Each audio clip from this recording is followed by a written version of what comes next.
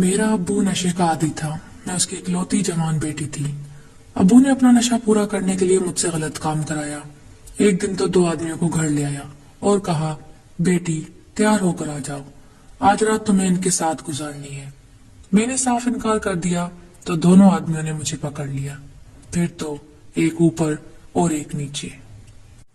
दोस्तों, कहानी में आगे क्या हुआ, आज की स्टोरी मुकम्मल सुनने के लिए वीडियो को आखिर तक देखें। चैनल पर पहली बार आए हैं तो चैनल को लाजमी सब्सक्राइब कर दें। घंटी के निशान पे क्लिक करके ऑल पे क्लिक कर दें। मेरा नाम आसफा है। मेरी उम्र 21 साल है। कभी किसी के बिस्तर की जीनत बनती हूँ तो कभी किसी के। जिंदगी ने ऐसा मेरे साथ खेल खेला है, मुझे कहीं का न छोड़ा। जब मेरी उम्र 11 साल की थी तो उस वक्त मेरी अम्मी की वफात हो गई। मेरा कोई भाई बहन नहीं था। अम्मी के जाने के बाद गोया मैं यतीम हो गई। मैंने मैट्रिक तक तालीम हासिल की। अम्मी की वफात के बाद अब्बू ने तालीम छुड़वा दी। अब्बा हर वक्त नशा करता रहता था।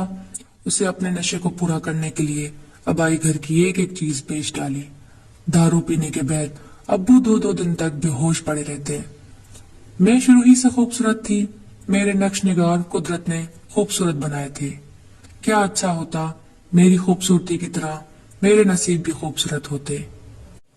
जब मैं जवान हुई तो मेरी खूबसूरती और भी बढ़ गई। बहुत से नौजवान लड़कों ने मुझ पे लाइन मारने की कोशिश की, पर मैंने किसी को घास तक नहीं डाला। शुरू ही से मैं ऐसी हरकतों से नफरत करती थी।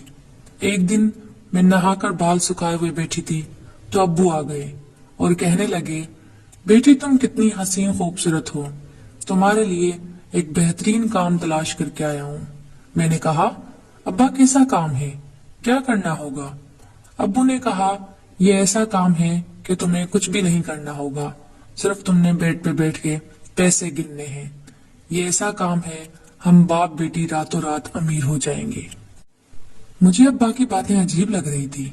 मैं हैरान थी और सोच रही थी, ऐसा कौन सा काम है जिसमें करना भी कुछ नहीं, पैसे भी ज्यादा हैं।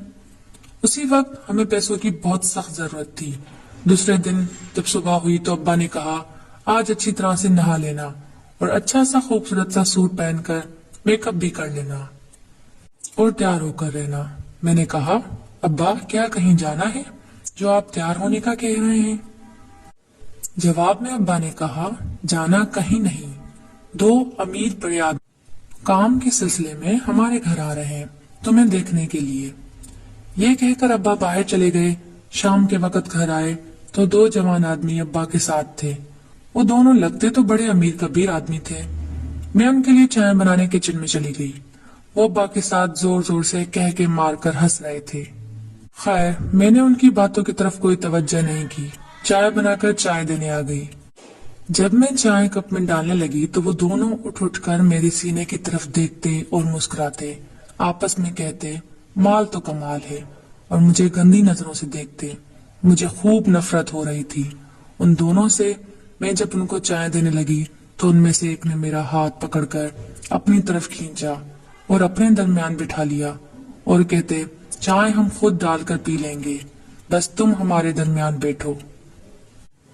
ये सब अब्बा भी देख रहे थे। मैं हैरान थी, अब्बा उनको कुछ नहीं कह रहे थे। मैंने गुस्से से गलीज इंसानों को कहा, निकल जाओ मेरे घर से, वरना मैं शोर मचाकर मोहल्ले वालों को जमा करवाऊंगी। वो कहने लगे, हम कहीं नहीं जाने वाले, जिसे मर्जी तुम बुलाओ। हमने आज की रात की कीमत दी है तुम्हारे बाप को। आज रात सुबह तक हम दोनों बारी बारी तुम्हारे साथ गुजारेंगे। वो दोनों घसीट कर कमरे में ले जा रहे थे। मेरा बाप भी देख रहा था। मेरे बाप ने अपने नशे में आकर मेरा जिस्म भी बेच दिया था। अब मैं बेबस थी और बेबसी में आहें भरकर रो रही थी। बाप को पैसा मिल गया था और उन गलतियों को मेरा तन मन मिल गया था। उन्होंने अपना काम किया और चले गए। फिर दूसरे दिन मैंने अपना घर छोड़ दिया और फिर एक तवाफ के हाथ लग गई। अब तवाइफ अपनी कोठी पे मुझे रखा हुआ और इसे गंदे काम कराने का जिम्मेदार